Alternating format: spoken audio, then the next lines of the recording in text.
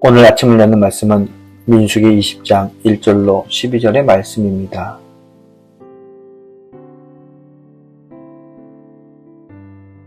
첫째 달에 이스라엘 자손 곧 온 회중이 신광야에 이르러 백성이 가네스에 이르러니 미리암이 거기서 죽음에 거기에 장사되니라.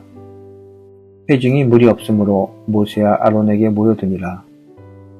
백성이 모세와 다투어 말하여 이르되 우리 형제들이 여호와 앞에서 죽을 때 우리도 죽었더라면 좋을 뻔하였도다.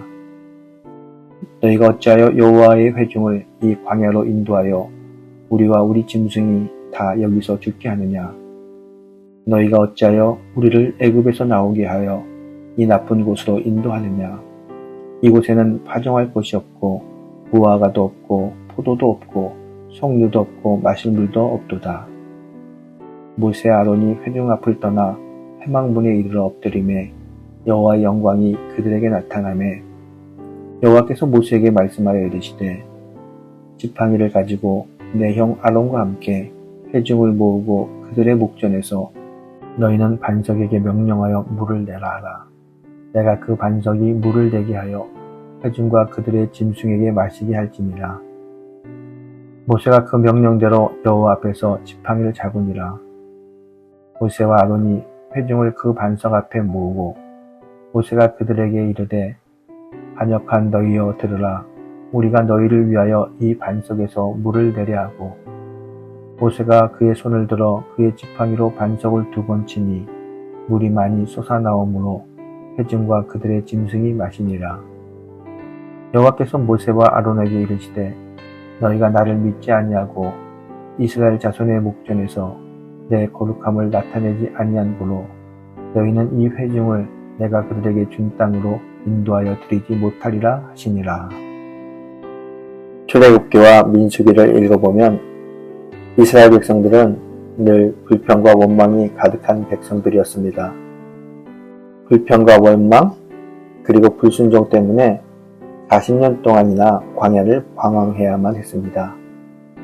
오늘 본문은 이스라엘 백성들이 40년의 광야 생활을 마치며 다시 가나안에 도착했을 때 있었던 일입니다.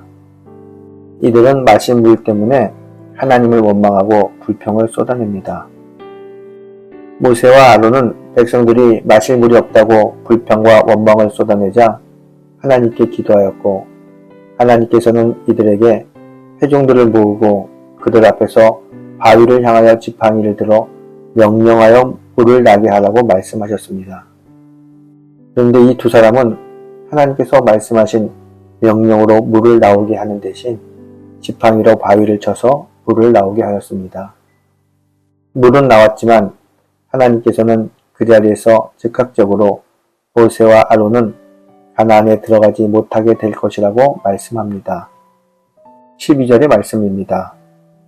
여호와께서 모세와 아론에게 이르시되 너희가 나를 믿지 아니하고 이스라엘 자손의 목전에서 내 거룩함을 나타내지 아니한 고로 너희는 이 회중을 내가 그들에게 준 땅으로 인도하여 드리지 못하리라 하시니라. 결국 모세와 아론은 가나안 땅을 지척에 두고 가나안 땅 맞은편에서 죽고 맙니다. 여기서 우리는 하나님께서 이 일로 말미암아 40년 동안이나 충성한 모세와 아론을 징계하신 내용이 너무 가혹하다는 느낌이 듭니다. 하나님께서 반석에게 명하여 물을 내리라고 말씀하셨지만 명령하는 거나 치는 거나 인간적으로 볼 때 그것이 얼마나 큰 차이가 있겠습니까? 그런데 이걸 가지고 모세와 아론을 가나안 땅에 들어가지 못하게 하시는 하나님의 마음이 너무나 야속하게 느껴집니다. 그런데 여러분, 오늘 본문에서 우리는 하나님의 뜻을 알아야만 합니다. 그렇지 않으면 우리는 신앙생활을 올바로 할 수 없습니다. 출애굽기 17장에 보면 이스라엘 백성들이 신광야에서 물이 없어 하나님을 원망하고 모세에게 불평할 때 모세는 하나님께 기도한 후 지팡이로 시내산 바위를 쳐 물을 나오게 했습니다. 오늘 본문과 아주 비슷한 상황입니다. 그래서 모세는 지팡이로 바위를 쳐서 물을 나오게 했습니다. 그러나 그때와 지금은 완전히 다릅니다. 그때는 하나님이 분명히 지팡이로 바위를 쳐서 물을 내라고 말씀하셨지만 지금은 바위에게 명하여 물을 내라고 말씀하셨습니다. 여기서 우리는 지도자란 어떤 사람인지 알아야 합니다. 여러분들도 가정에서 가장 노릇을 하는 사람이 있고 사회에서 지도자 일을 하시는 분들이 계실 것입니다. 하나님이 지도자들에게 주시는 은혜와 권세는 대단합니다. 민수기 12장에 모세의 누이 미리암이 모세를 비방하다가 문둥병에 걸린 일이 나옵니다. 또 민수기 16장에는 이스라엘 중간 지도자들이 지도자인 모세와 아론을 대적하다가 그 자리에서 250명이 즉각적으로 처벌받은 일, 14,700명이나 되는 이스라엘 백성들이 한꺼번에 몰살당한 일들의 이야기가 나옵니다. 이처럼 지도자들에게는 권세와 은혜를 많이 주시지만 마찬가지로 그만큼 요구하시는 것도 많다는 것을 알아야 합니다. 특별히 하나님은 지도자들에게 순종을 요구하시는데 그것도 아주 철저한 순종을 요구하십니다. 하나님은 지도자에게 완전한 순종을 요구하시는 여호와 하나님이십니다. 지난번에는 치라고 하셨으므로 치면 되는 것이고 이번에는 입으로 명령하라고 하셨으므로 명령만 하면 되는 것인데 어찌하여 임의대로 지팡이로 쳤는가 하는 것이 하나님의 말씀입니다. 하나님은 지도자들에게 엄격하게 순종을 요구하십니다. 하나님께서는 하나님의 백성들에게 하나님을 떠나서는 답이 없다고 말씀하십니다. 똑같은 문제를 할지라도 지난번에 성공한 것이 정답이 아니라 그때 하나님께서 함께 하셨기 때문에 정답처럼 보인 거라는 겁니다. 다시 말해 인생의 정답은 하나님께 있습니다. 하나님께서 주시는 것, 하나님께서 인도하시는 것, 하나님께서 지시하는 것, 그 길이 바로 정답입니다.